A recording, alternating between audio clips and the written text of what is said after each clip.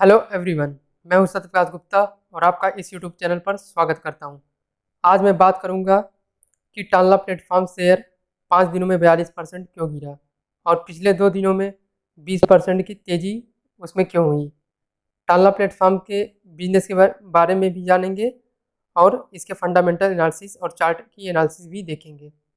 सबसे पहले तो आपको टानला प्लेटफॉर्म शेयर जो गिर रहा है इससे डरना नहीं चाहिए, क्योंकि ये आपके पास एक अच्छा मौका है अगर आप इन्वेस्टमेंट अंडर वैल्यूड स्टॉक में करना चाह रहे हैं तो। और ये एक ब्लॉकचेन टेक्नोलॉजी का शेयर भी है और आईटी का एक अच्छा शेयर है। टानला प्लेटफॉर्म्स के गिरने के कारण को जान लेते हैं कि ये शेयर 2 दिनों में 36% गिरा क्यों। तो इस शेयर का जो गिरने का कारण बना वो बना इसका Q1 का रिजल्ट। अगर आप इनका जो Q1 का रिजल्ट गिरा ही, इसके साथ ही साथ इनका सीक्वेंशियल और एनुअल बेस पर भी रिजल्ट गिरा है। अगर इनके क्वार्टर के रिजल्ट को देखेंगे तो जून 2022 के एंड में नेट प्रॉफिट गिरकर 100 करोड़ पर आ गया है, जो कि मार्च क्वार्टर में 140 करोड़ का था और इसके पहले भी ये 185 करोड़ के पास था, जो सीक्वेंशियल बेस पर गिरावट हुई है। अब आइए यहाँ पे आपको दिखाते हैं कि इसमें मिंट की जो न्यूज़ है उसको दिखाते हैं। अब भले ही इसका रिवेन्यू अनुमान के अनुरूप था, लेकिन इसका एबिटा जो है, एबिटा में जैसे earning before interest, taxes, depreciation और एमोर्टाइजेशन, मतलब ये एबिटा मार्जिन में कई ऑपरेशनल हेडविंड्स जो थे इनके वो अनुमान से कम है। टानला का revenue 27.7% year on year basis पर था, हालांकि पिछली तिमाही से ये 6.2% कम था। EBITDA margin quarter on quarter और ईयर ऑन ईयर बेसिस पर 530 बीपीएस घटकर 16.3% हो गया है। अब मार्जिन में गिरावट का कारण जो था इसके, वो इनके ऑपरेशन हेडविंड से, जैसे pricing pressure in select pocket और प्लेटफॉर्म मॉडर्नाइजेशन जो खर्च हुआ, इसके कारण इनके मार्जिन में गिरावट आई।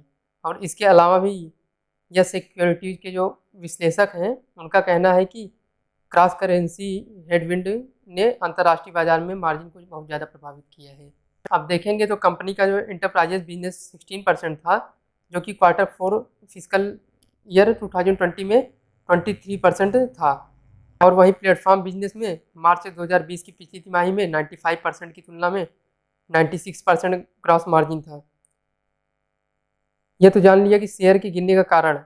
अब जानते हैं कि पिछले 2 दिनों में इस स्टॉक में तेज़ी की वजह क्या बनी। तो इसमें तेज़ी की वजह जो बनी, इनके चेयरमैन का स्टेटमेंट।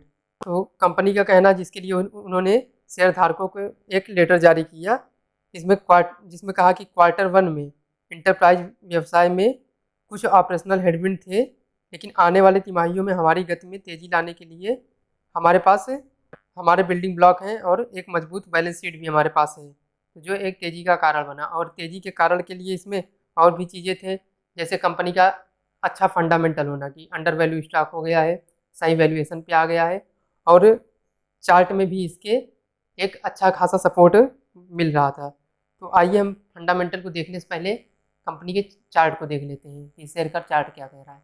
अगर शेयर का चार्ट देखते हैं तो ये 2000 के ऊपर स्टॉक गया था जब ये धीरे धीरे करके गिर रहा था, लेकिन यहाँ से जब ये 2 दिनों की लगातार गिरावट हुई तो इसके लिए इसका जो अच्छा सपोर्ट काम किया, इसके पास एक सपोर्ट बन रहा था 648-50 के पास बन रहा था, और जो उसके बाद का सपोर्ट बन रहा था वो 570 के पास का सपोर्ट बन रहा था। तो ये स्टॉक देखेंगे कि जो ये 570 का सपोर्ट है, ये तेज़ी देकर एक बार गिरा था, जो रिट्रेस करने के बाद ये धीरे धीरे करके देखिए ये ऊपर जाता ही गया, जाता ही गया। अब यहाँ से ये जो गिरावट हुई, अभी इसके ऊपर ही ये इसको मेंटेन किया है। अब ये देखेंगे तो आपको ये दिखेगा कि ये स्टॉक 23 दिसंबर 2020 को जो ये 570 का से रैली दिया था, ये 2020 के बाद यहाँ पे 22 में, मतलब इतना बड़ा सपोर्ट ये था, 2 साल का सपोर्ट था, जो इसको रिस्पेक्ट करना बनता था कि रिस्पेक्ट करना चाहिए, क्योंकि बड़ी गिरावट हो रही थी।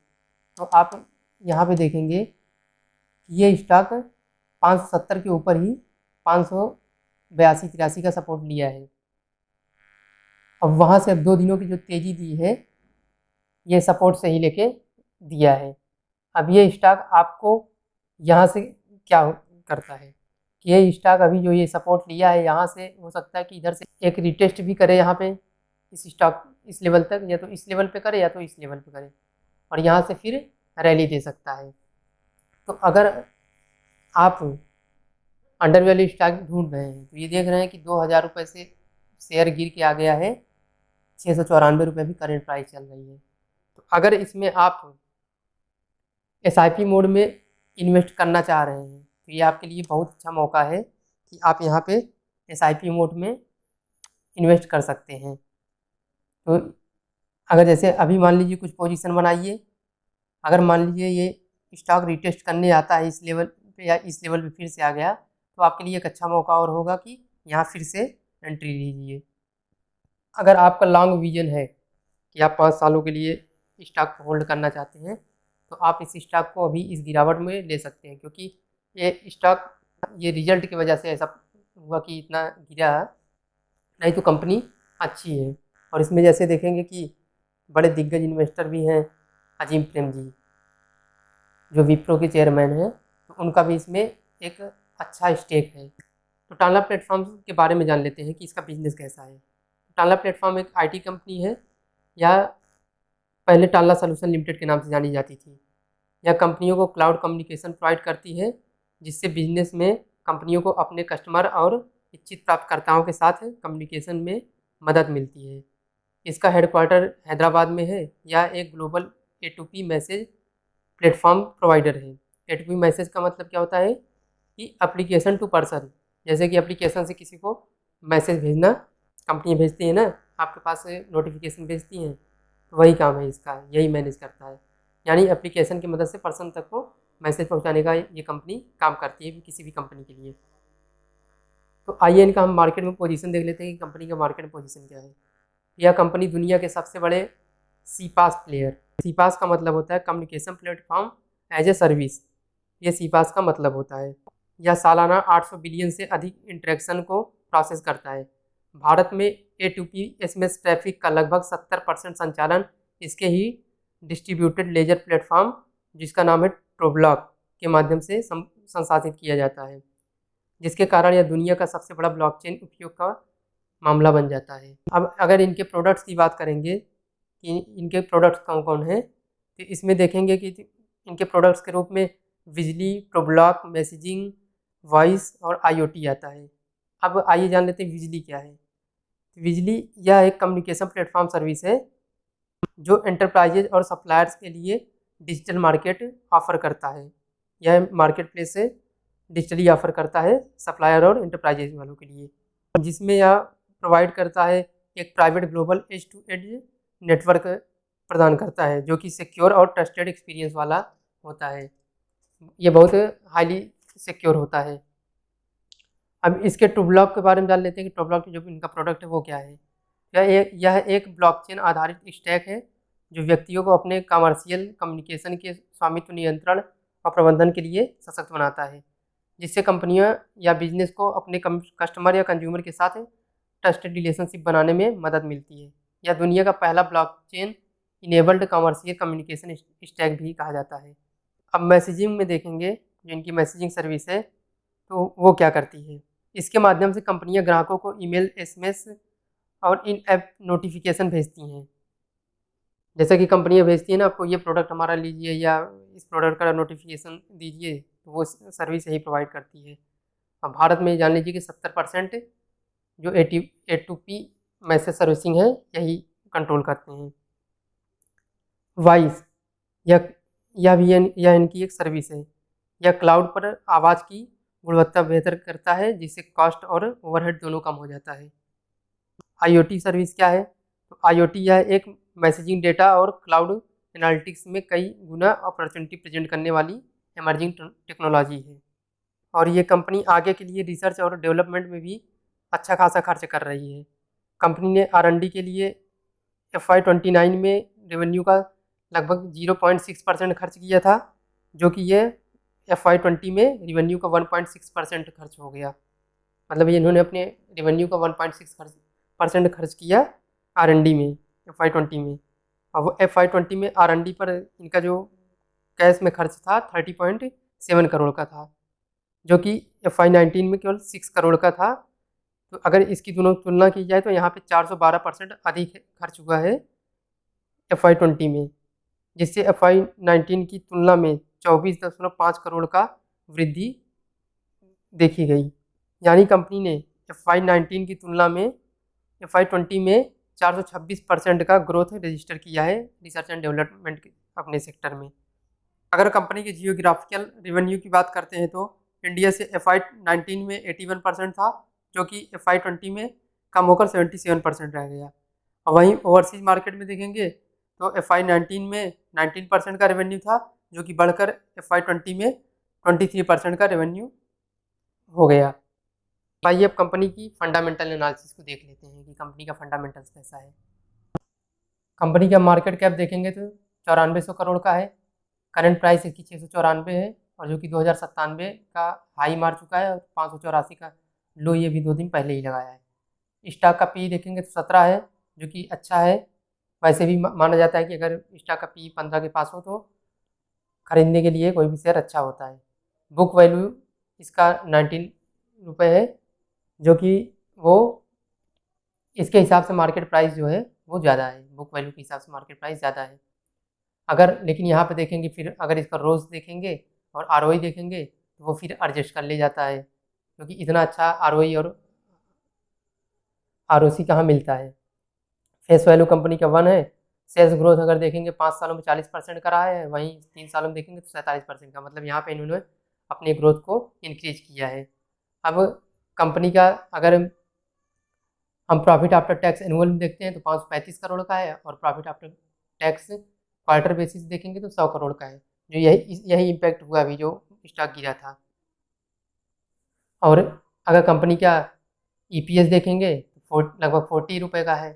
40 रुपये का EPS है, जो कि बहुत अच्छा है। अगर कंपैरिजन किया जाए तो इसका ओवरऑल फंडामेंटल देखा जाए तो इसके हिसाब से जो बुक प्राइस के हिसाब से कम थी, वो इसको यहाँ पे एडजस्ट कर लिया जा रहा है। और कंपनी के पास देखेंगे डेप्ट तो 53 करोड़ का है, जो जिसे आप ऑलमोस्ट डेप्ट फ्री बोल सकते हैं कि ये डेप्ट फ्री है। वहीं प्रमोटर की होल्डिंग 43.7% की है। और अगर स्टॉक का PEG रेशियो देखेंगे तो 0.44 का है। तो किसी भी कंपनी के लिए PEG रेशियो अगर 1 के नीचे है वो अच्छा होता है। ये माना जाता है मार्केट में कि PEG रेशियो 1 के नीचे हो तो अच्छा माना जाता है। अगर इनके प्रॉज और कॉन्स को देखा जाए तो कॉन्स में कुछ नहीं है। और प्रॉज इनका कंपनी डेब्ट फ्री का स्टेटस रखती है। कंपनी गुड क्वार्टर रिजल्ट दी है सेल्स के मामले में, और उम्मीद भी है कि अच्छा करेगी। कंपनी है डिलीवर गुड प्रॉफिट ग्रोथ, मतलब 67.48% की CAGR की दर से इन्होंने लास्ट 5 ईयर में प्रॉफिट दिया है। कंपनी का रिटर्न ऑन इक्विटी देखेंगे 3 सालों में तो 27.71% का रहा है। और वहीं पे कंपनी का सेल्स ग्रोथ देखेंगे तो 34.2% का 10 सालों में रहा है। अब इनके अगर हम पीयर से इनको कंपैरिजन कर लेते हैं तो आप देखेंगे कि वहीं पे टाटा एलेक्सी का P87 है, एम्फेसिस का 28, 36। तो यहाँ पे पी के मामले में देखेंगे तो अरेकल फिंजर को छोड़कर सबका पी इससे बहुत ज़्यादा है। तो टाटा प्लेटफॉर्म का अगर सब कुछ देखा जाए तो बहुत अच्छा है, जो कि यहाँ पे अगर देखेंगे तो ROC के मामले में तो सबसे ज़्यादा इसका ROC है, जो कि एक अच्छा स्टेटस है।